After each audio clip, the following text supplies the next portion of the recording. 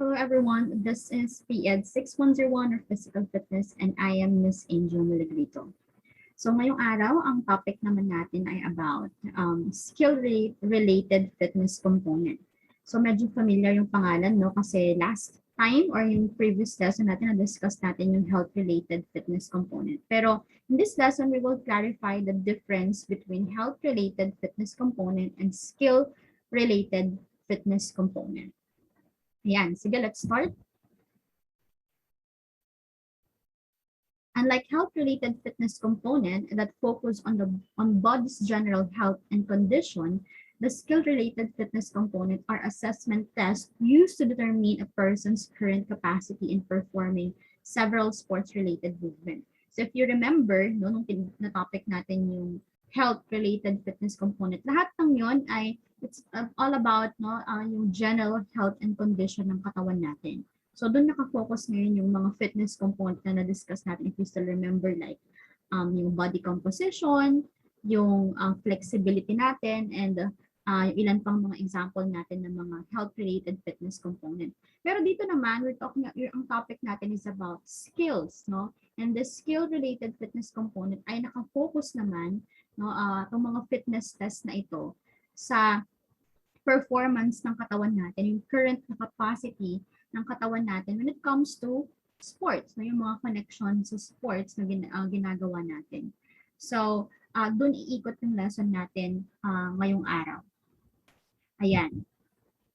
So, physical fitness test, skill-related fitness component. Under this lesson, of course, madidiscuss natin yung mga ilang mga fitness component or skill-related fitness component, at after nun, i-discuss din natin kung ano yung mga fitness test, no, na tinatawag natin under ng mga fitness component na ito. So, I hope you still remember ang pinagkaiba ng fitness test at fitness component. So, babalikan lang natin yung topic natin last time, no? Ang physical fitness test ay ginagawa to para malaman natin kung ano yung current level of fitness natin. Kumbaga parang sa isang exam, magte-take ka ng exam para malaman kung gaano kadami, no, yung knowledge natin when it comes to a certain subject. So parang ganoon din dito sa physical fitness test. Nagte-take tayo ng mga test na ito para malaman kung ano yung level or current level ng physical fitness natin. So may intindihan pa natin yan as we go through this lesson. So ito yung mga fitness component at the same time yung mga fitness test na i-discuss natin ngayon. So as you can see, meron tayong 6. So itong agility, balance, coordination, power, reaction time, and speed, yan yung tinatawag natin ng mga skill-related fitness component. Okay? At ito namang mga mga test na tinatawag natin, like planting rice drill, torque balance stand test, wall toss test, vertical jump test, ruler drop test, and 20-meter dash. Ito naman example natin ng mga physical fitness test. Okay? So let's start with the first fitness component or skill-related fitness component, which is agility. Agility refers to your ability to change the position of your body quickly and accurately. This component of fitness focuses on rapid and sudden changes in the body's velocity when you are responding to a particular stimulus or to multiple stimuli. So yun yung tinatawag natin na agility. Gaano ba kabilis mag-respond yung katawan natin mag-change ng position in a very fast pace or rapid or sudden movement, kumbaga, when it comes to different stimulus or to multiple stimuli na tinatawag natin. So we have examples here of testing our agility. Ayan. Pero we will focus on yung fitness test natin na tinatawag natin na planting rice drill or the suicide drill. So we will discuss paano ba gawin tong planting rice drill or suicide drill as a test para malaman if we have this ability or we have this fitness component, yung agility level natin or yung tawag dito yung component na ito. Kung kamusta ba yung agility natin, if we are strong in this area or is it something that we need to improve? Ayan. So, planting rice drill or the suicide drill. Suicide drills require you to run at a very fast pace performing explosive movements during its entire duration, making it high intensity in nature. So, talagang mapapagod tayo dito or matetest talaga yung ating katawan, no? Especially agility natin. So, paano ba gawin tong planting rice drill or suicide drill? So, yes, let's use this image or illustration. Ayan. So, nakikita niyo meron tayong mga point dyan. Point 0, 1, 2, and 3, and 4. So, of course, here we need to run, no? Sabi nga dito sa instruction natin, run as fast as we can. Ayan. So, let's follow the direction. So, magsa-start tayo, meron tayong starting line dito. So, if we were going to follow the arrow, we will run from 0 to point 1, and then hanggang dun sa line na yan. And then we will go back to the first or starting line. After you go back or get back to the starting line, you're going to run again pero sa point 2 na, no? At the same way, then sa point 1 babalik ulit tayo sa point 0. And then ganoon din, tatakbo ulit tayo papunta sa point 3 naman. Kapag nakarating na tayo dyan, babalik naman tayo papunta ulit sa starting line. At ganoon din hanggang sa magawa natin yun sa point 4 at babalik tayo sa point 0. So ganito natin ginagawa yung planting rice drill or suicide drill to test yung agility level ng katawan natin. So that's how we test our agility, no? And of course, you're going to get the result and interpret the result to see, no, kung kamusta ba yung agility natin, if this is something we need to improve or is this something that we will just, maintain kumbaga. Especially if you're an athlete, na importante ito sa mga sports like football, mga ganyan. We need to have this, fitness component or skill, no, na hinahanap sa mga sports na yun, kung ano man yung mga sinasalihan natin. That requires the athlete to be, to have this agility every time that they perform. Ayan, so that is agility. The next is balance. Balance is also a skill, no? And that it require na hinahanap din to sa mga sports, no? Sa mga athlete. Ayan. So ano nga ba yung balance? This component of fitness refers to your ability to maintain equilibrium while moving or stationary. Balance is further subdivided into two types, and these are, we have static and dynamic balance. So napaka-importante ng balance lalo na sa mga iba't ibang mga sports, no? Alam naman natin na mahalaga yan when it comes to, lalo na sa mga gymnastic, no, competition and all other competitions pa na. Actually, lahat naman kailangan balance tayo. And we have actually two kinds of balance here, or two types, which is the static and dynamic balance. So sa static balance, ayan, the first type of balance is known as the static balance. This type of balance refers to your ability to retain your center of mass above your base of support in a stationary position. So from the word static, you're not moving, no, in different place. Ayan, no, nasa stationary position lang tayo. Simple activities like standing, upright, or sitting comfortably in a chair is a static balance of work. Kahit yung simple pagtayo lang pala natin ay nagbabalance na tayo, no? We're able to, hindi tayo matumba or anything. Even yung pag-upo natin, that is already counted, no, as a static balance. Now, several muscles within your body work hand in hand with your COG or center of gravity to help you maintain your position. That's why nababalance natin yung katawan natin. With a weak set of muscles, like particularly, of course, yung abdominal muscles natin, it would give you a poor sense of static balance and prevent you to maintain non-moving position at a prolonged rate. Ayan, napaka-importante. Kaya, if a person strong yung kanyang muscular or abdominal muscles rather, no, yung core muscles niya, yung taong yun ay mas able, no, na makapag-balance. Kasi having a stronger abdominal muscles will give you advantage, especially sa pagbabalance, no. Again, so this is static balance, stationary lang siya. You're not, you don't need to move or step or go into different location. So that's what we call static balance. And then the second is we have dynamic balance. This refers to your ability to maintain your balance while performing different bodily movements. Unlike in static balance where you are stationary, this type of balance occurs when you are in motion. when you are shifting your body from one place to another, dynamic balance at work. So yun naman yung opposite nilang dalawa, no? Si static, you're not moving kasi stationary lang yung position natin. Ito naman, you are moving, no, in different place, ganyan, shifting your body, ganyan, from other location. That's why it's dynamic, no?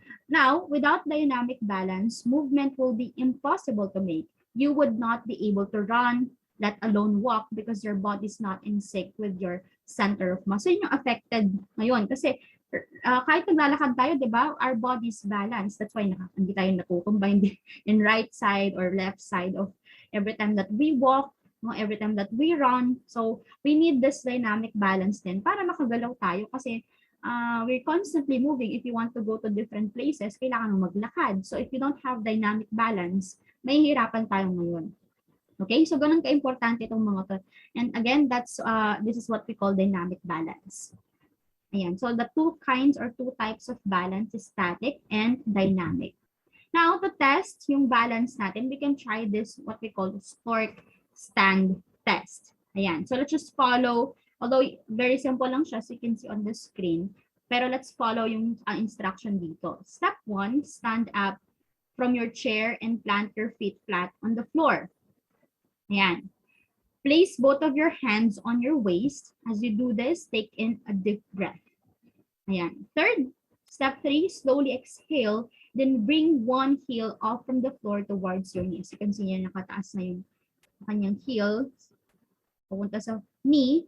4, ask your partner to start the time once your heel lifts off the floor. So you should have a partner here para magpa-time, no, ng natin. Oras natin. You must perform the test for 3 consecutive times and note how long you have performed each of the trials. So 3 times natin gagawin. And last, record the longest time that you've performed the test among the 3 trials. So yun yung gagawin natin. Take mo 3 consecutive times and then yung pinakamahaba yun yung kukunin natin. And you will interpret now the result, no, based on that. Kung kamusta yung level of kung gaano katagal, syempre kung matagal ka nakapag-balance. Of course, we all know na okay yung natin, yung itong skill na ito, no, itong skill-related fitness component na ito. At kapag hindi naman, kung hirap na hirap kaka-start mo palang itaas yung heel mo at natumba ka na or na-balance ka na, of course, means that this is something that you really need to work, no? Especially if you're joining sports that requires, of course, na kailangan marunong tayo mag-balance, no? Or that is something that tawag doon ay ini-improve natin. Pero even though if you're not joining in any sports, kailangan talaga ng body natin, no, yung makapag-balance tayo. Even in simple movements, yung paglalakad. So kailangan din to na i-improve natin kahit hindi naman tayo part ng any, competition or sports events. Ayan. So again, this is balance, the second skill-related fitness component. And third, we have, of course, coordination. Ayan. It is a component of fitness that refers to your ability to perform motor tasks accurately and smoothly using your body movements together with your sensory organs like eyes, ears, nose, skin, and tongue. In sports, coordination is very much needed for you to respond in the right timing and intensity. Batting and approach, example natin, batting and approaching baseball or hitting a volleyball to the other side of the net. So coordination is really important. It means that yung bawat parts ng katawan natin, especially yung mga sensory organs natin ay coordinated sila, no? They know, they're working tawag doon, together, no? Pag may nangyaring magandang example dito na binigay yung tawag doon, batting and approaching baseball. So of course, before your arms or hands move, before niya tamaan yung ball, no? Kumbaga, yung paparating na ball, kailangan nakikita ngayon ng mata natin. So, doon papasok yung coordination, our eyes, no? And at the same time, yung hands natin, how it moves and hit, no? Yung paparating na ball. So, that is what we call coordination or hitting a volleyball to the other side of the net. So, you need to run, right? You need to see, first, mag-focus ka muna saan yung ball at hahabulin mo yun. Then, of course, you need to run. Of course, it requires you na kailangan mong habulin. You need to run or jump kung kailangan pa. And then, move your arms, no, para tamaan yung volleyball or yung ball na yon. to move it on the other side of the net. So that is an example of coordination. Every part of our body are nagko-coordinate sila kumbaga dun sa how to perform, no? So that's what we call coordination. And actually lahat ng sports ay importante ito, no, na coordinated yung body natin para makapag-function tayo, makapag-perform tayo ng maayos.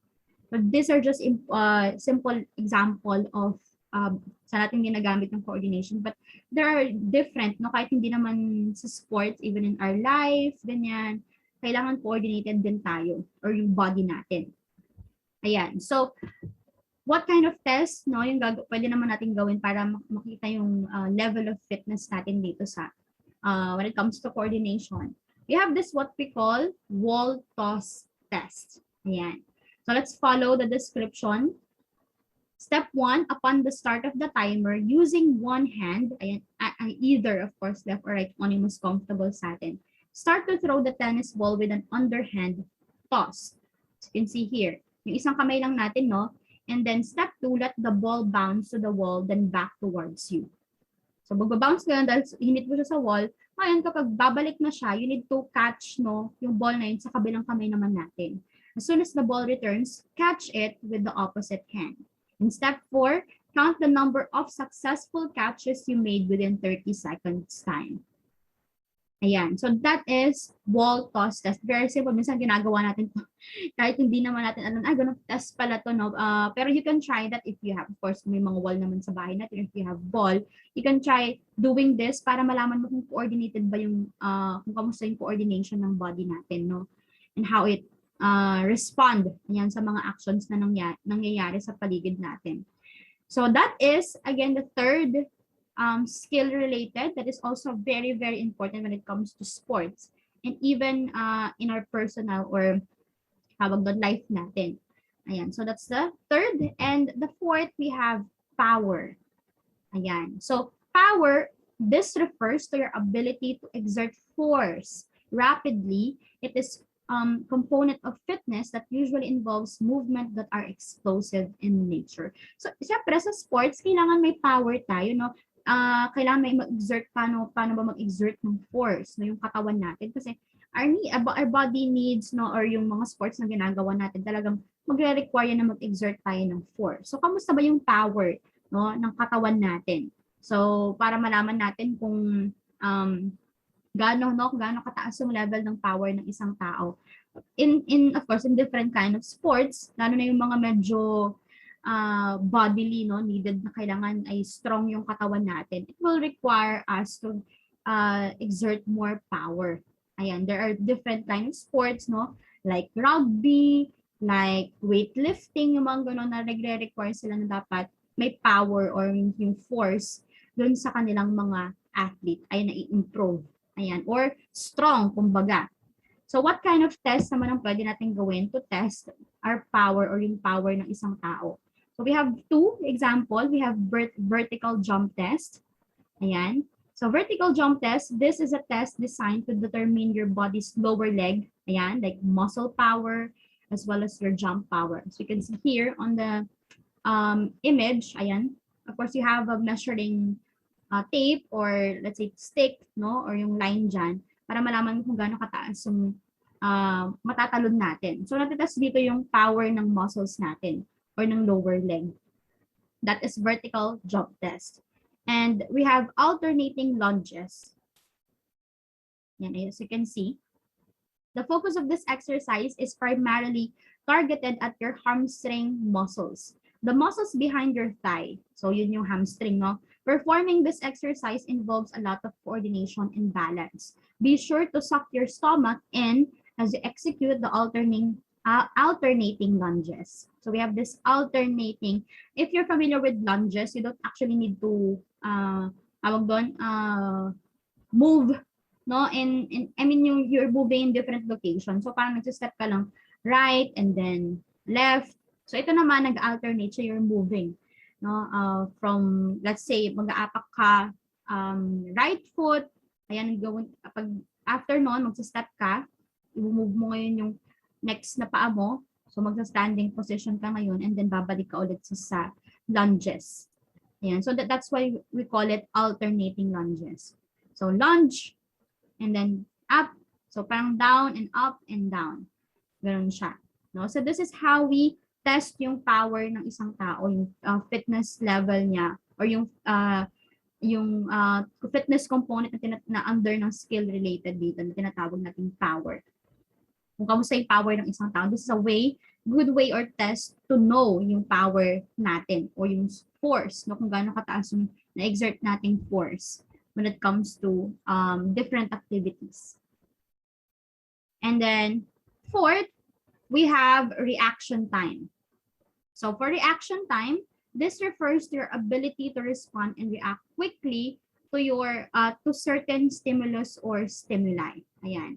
This skill-related fitness component is very critical in sports because it gives you the capacity to think and act quickly about a given stimulus at a given period. So napaka-importante ng reaction time. Ayan, example tayo na dito. If pabagal yung reaction time natin, hindi agad nagre-respond when it comes to different, especially sports, no? Example natin dito, ayan, when it comes to football, ayan, or soccer, kailangan mabilis kang mag-react, no, para masalo mo yung bola. Kung late ka na nagre-react, hindi mo na masasalo yan. So ganun din dito sa isang example natin, yung mga athlete, mga runners, no? So pagkatunog ng gun or yung timer, no, pag nakarinig na nila yung alarm, kumbaga, o yung ang tawag dito, yung starting, no, na sound doon sa event,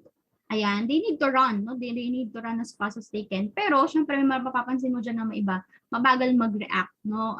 Narinig na yung sound, hindi ganoon agad-agad nagre-respond yung body natin. So that's also something that we need to improve, especially if you're joining or part of any sports, ayan, competition. An example dito, ito din, yung pagsalo ng bola, no? So pag paparating na yung bola, nagre-react ba agad nagre-react ba tayo agad or mabagal yung reaction time natin? So, maraming nangyayaring problem if hindi or mabagal yung reaction time ng katawan natin. Especially, hindi magiging ganun kaganda yung performance natin when it comes to, ayan, paglalaro, no, kung mabagal yung pag-react ng katawan natin. So, this is something that we also need to improve. Pero paano ba natin natetest yung reaction time natin? So, we have, I think, one test, yung tinatawag natin na ruler drop test. Ayan. So this is very simple, no? You just need to take yung material ng natin, ruler, ayan, tapos may dalawang tao dyan, as you can see, yung person na nag-handle ng ruler, nasa taas niya, and then yung sasalo, let's say, ikaw yung magte-test. Ikaw yung tawag doon, example or gagawa ng test. So of course, ikaw yung naka-ready na sasalo ng ruler. So, ang gagawin niya ng partner natin o yung may hawak ng ruler ay ibababa niya yung ruler pababa, no? So, of course, depende yan kung gaano kabilis mag-react yung kamay natin. So, there are people who are, let's say dito, yan, let's use this image. Pag dinap mo yan, so let's say ito yung kamay natin, ibig sabihin nag-react siya hanggang dito, no? Pero may mga tao na nag-react sila dito na nila mahahawakan. Or minsan, nakababa na yung ruler, doon pa lang nila i-close yung kamay nila. So, medyo babagal yung reaction time natin kapag gano'n. So, you can also try this at your sa bahay natin, no, if you have ruler, to test yung reaction time natin. So, this is a good and fun test that we can try. Ayan. So, that is the fourth, no, skill-related fitness component, which is reaction time.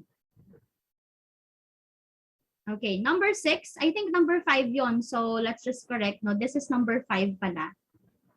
Ayan, this is 4 power, and then 5th is reaction time, and then 6, ayan, last is speed. So in sport, especially in running activities or event or competition, speed is really important, no, na skill na meron dapat yung mga athlete natin. So when it comes to speed, ano ibig sabihin nito?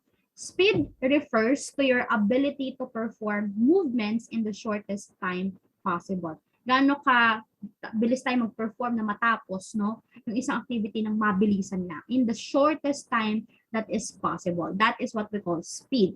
So how can we test naman yung speed natin? Ayan, we have this one example na speed test na tinatawag natin na 20-meter dash.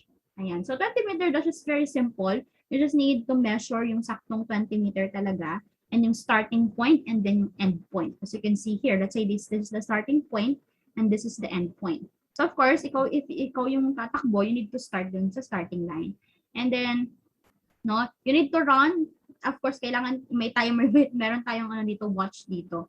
And then, you will run no, dun sa 20-meter na yon and then hanggang paparating dito. Then tingnan mo kung ilan yung nakita yung time no na na count no doon sa 20-meter na tawag dito na size kumbaga or yung location no or yung ano tawag dito yung layo ayan yung layo ng place natin. So 20-meter dash is the way to test yung speed natin. Kung syempre kung mabagal ka, it will take more time, no? Medyo matagal yung gugugulin natin na time that we will spend to run. Pero kapag mabilis naman tayo, let's say natapos mo ng maaga or mabilis mo natapos yung tinakbo mo yung 20-meter dash, it means that something that is our skill or nai-improve natin yung speed natin. Okay, and there are a lot of sports na kailangan yun. Like example, sprint, no? Kailangan yun. Or even sa, even, actually kahit hindi naman mga running events, even like, example natin like soccer or baseball, no? Yung mga ganon. So, even yung volleyball, you need to also run as fast as you can para mahabol mo yung bola. So, madaming mga sports ngayon ang nire-require din talaga ang speed. No? Or something na ini-improve din nila sa mga athlete nila, yung speed ng mga players. So, that's why it's really important. Okay? Again, this is 20-meter dash speed test. Ayan. So, that's the end. No, napakasimple yung 6 na yon. So, balikan lang natin para mas maintindihan natin yung 6 na na-discuss natin. Starting with, of course, ayan, agility. No, agility is the first fitness component. And under ng agility, we have planting rice drill to test yung agility natin. And then yung balance naman, the second, and then to test yung balance natin, we have stork stand test. And third is coordination. The test is we can try this ball toss test. And then the fourth, or I think fifth is power. Ayan. And to test naman yan, meron tayong vertical jump test and alternating lunges.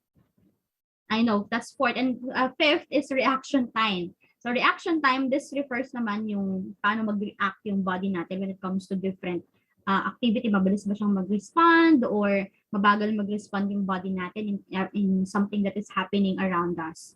That is reaction time. And then, to test yung reaction time natin, we can try this ruler drop test. Ayan. And the last is, of course, speed. And to test yung speed natin, we can try doing this 20-meter dash test. Ayan. So, to interpret no yung mga answer dito na nakuha natin, you can follow yung nasa modules natin. It's really important. After you take a test, it's really, really important to interpret, just like what we have discussed in health-related fitness component. If you remember, no, yung 3-minute step, no, yung sit and reach test, ayan, lahat ng mga ginawa natin, meron siyang interpretation. Kasi if you're not going to interpret the result, no, hindi mo titingnan yung result, of course, hindi mo malalaman kung ito ba ay something na kailangan mo i-improve. Parang sa exam din yan, no? If you don't know your result, parang malalaman kung pasado ka ba or hindi, right? If mababa yung score natin sa exam, that is a reminder that we need to review, no? Parang ganoon din dito sa fitness test. If mababa yung nakuha mo yung result, let's say hindi tayo ganoon kabilis or hindi ganoon nag-balance yung body natin, hindi ganoon okay yung pagbabalance natin, madalas tayong na outbalance. So that is a reminder now to, of course, to take it into consideration na kailangan mo na ngayong i-improve yon, especially if you're joining yung mga sports na required yun. Actually, yung mga coaches natin talagang yun yung titingnan nila if that is something that they improve or something na hindi natin gaano na-improve. Of course, yun yung ipo-focus na i-train natin. So, ganun din sa atin, if you're joining any competition, let's say basketball, ano ba yung mga required na fitness component sa basketball or skill-related fitness component? Of course, in basketball, kailangan you have coordination, right? Kasi you're running and then you're also dribbling. So, coordination is also important. And other sports pa, no, like badminton. So, kailangan sa badminton, reaction time. Kasi mabilis yung takbo, di ba, yung takbo ng shuttlecock. So of course, you need to run. So coordination din yon, and speed din. So in different sport, kailangan, di ba, magkakasama tong yung mga required na skill-related fitness component na kailangan ay nai-improve or meron or um, parang hinahan or meron yung mga athletes, no? Hindi pwedeng wala tayong mga ganon. Of course, required yun para magandang performance natin when we're every time that we play. Ayan. So, again, these are the skill-related fitness component and the physical fitness test under ng mga components na yun. And I hope you learn a lot. So, again, this is physical fitness and I am your OLC, Miss Angel Melegrito.